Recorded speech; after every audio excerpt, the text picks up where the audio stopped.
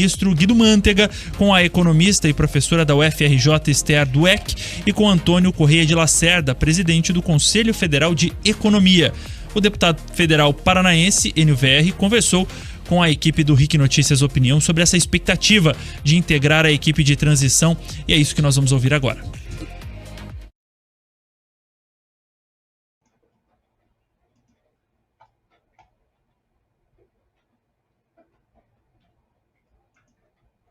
Caiu meu áudio?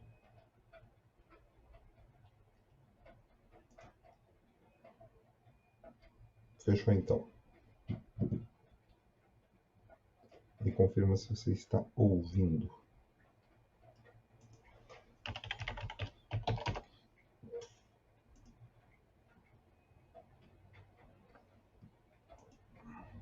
Beleza.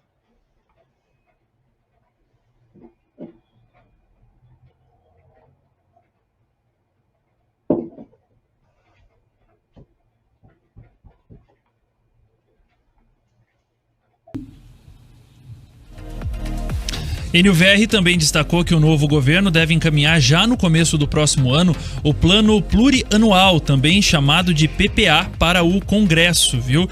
O plano define as diretrizes, objetivos e as metas da administração pública federal em um período de 4 anos, ou seja, no prazo de um mandato no Palácio do Planalto.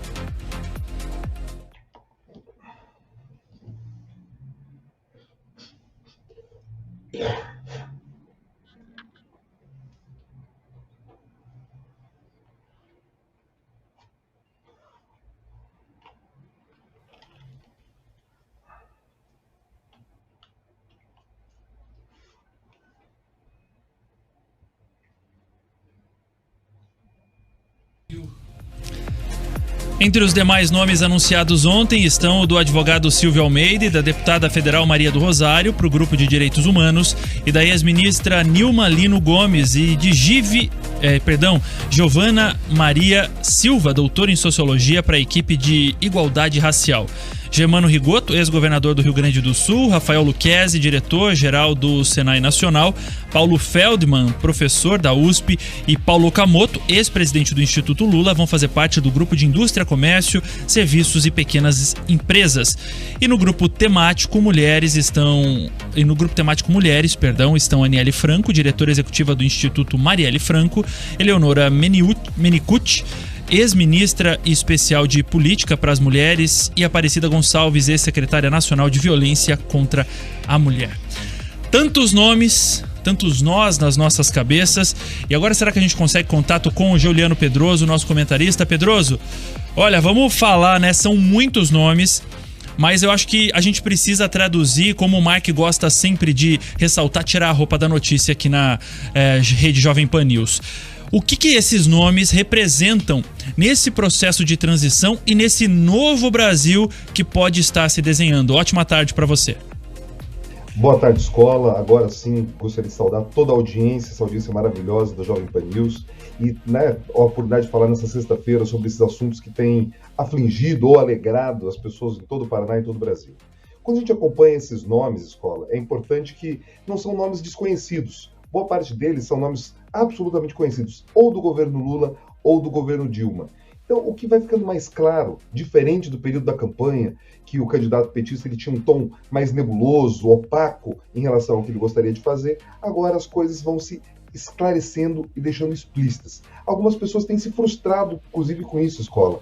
Quando no segundo turno se falava muito na frente ampla, de uma comissão mais plural de nomes ou de outras forças políticas que seriam representadas, isso não tem acontecido nesse momento. O que a gente tem conseguido notar é que o PT tem sido privilegiado em posições-chave. Então, nomes já conhecidos do PT, eles têm tido oportunidades de liderar as principais áreas do governo. Então, a gente acabou de escutar, por exemplo, o Enio VR falando da questão do planejamento, que é uma dos desdobramentos do que hoje é o Ministério da Economia, deve ficar também na mão do PT.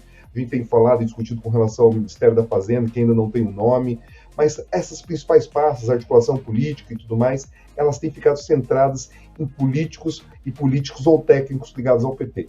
E o mercado tem reagido muito mal a isso, escola, principalmente nessa área econômica, porque diferente talvez do que foi o Lula 1, como a gente chama, né, o primeiro mandato do Lula, ali em 2002, em que ele fez aquela carta aos brasileiros, o tom e os técnicos escolhidos nesse momento estão muito mais parecidos e próximos com aqueles que assumiram depois do escândalo do Mensalão, que é quando entrou em vigor, quando a Dilma assumiu ali a Casa Civil, saiu o Palocci do Ministério da Fazenda, entrou o Guido Mantega, que compõe agora essa comissão de transição.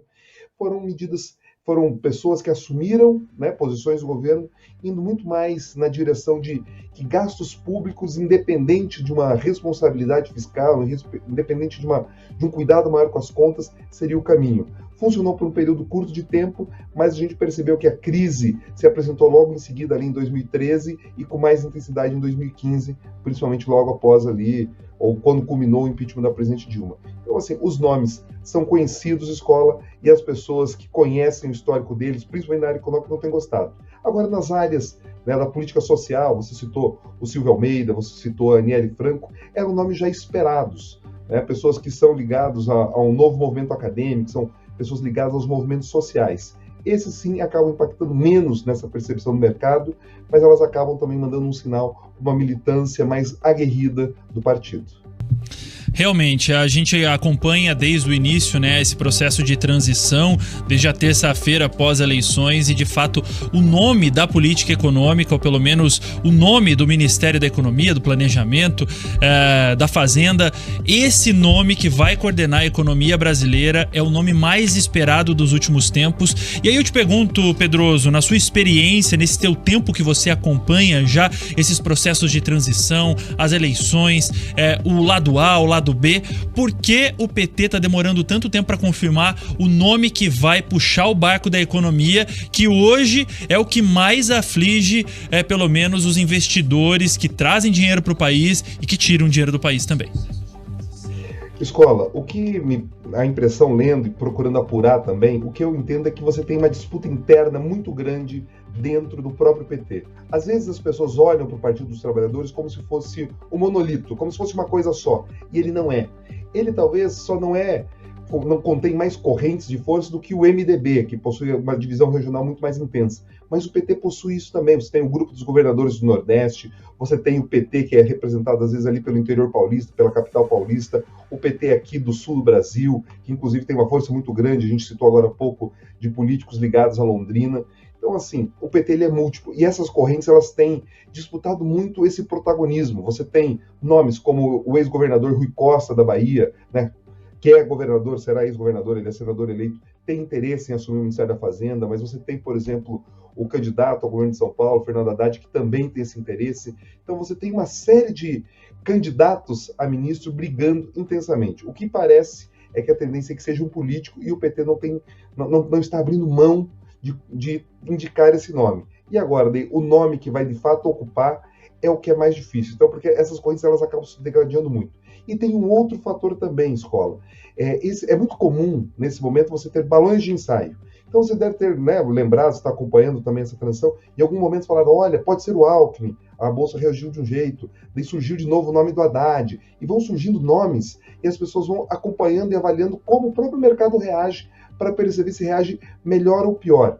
Então, esse também é um dos fatores. Mas hoje, o principal fator, é importante a gente deixar isso claro para a nossa audiência, é a briga interna dentro do próprio grupo do PT, que não consegue construir um consenso. Porque eles têm uma clareza, que a pessoa que estiver à frente do Ministério da Fazenda, ela terá uma oportunidade de um destaque muito grande, e ela já pode conseguir sair na frente numa eventual disputa para a sucessão do Lula. Ou seja, mal acabou a eleição, as pessoas já estão preocupadas com uma eventual sucessão.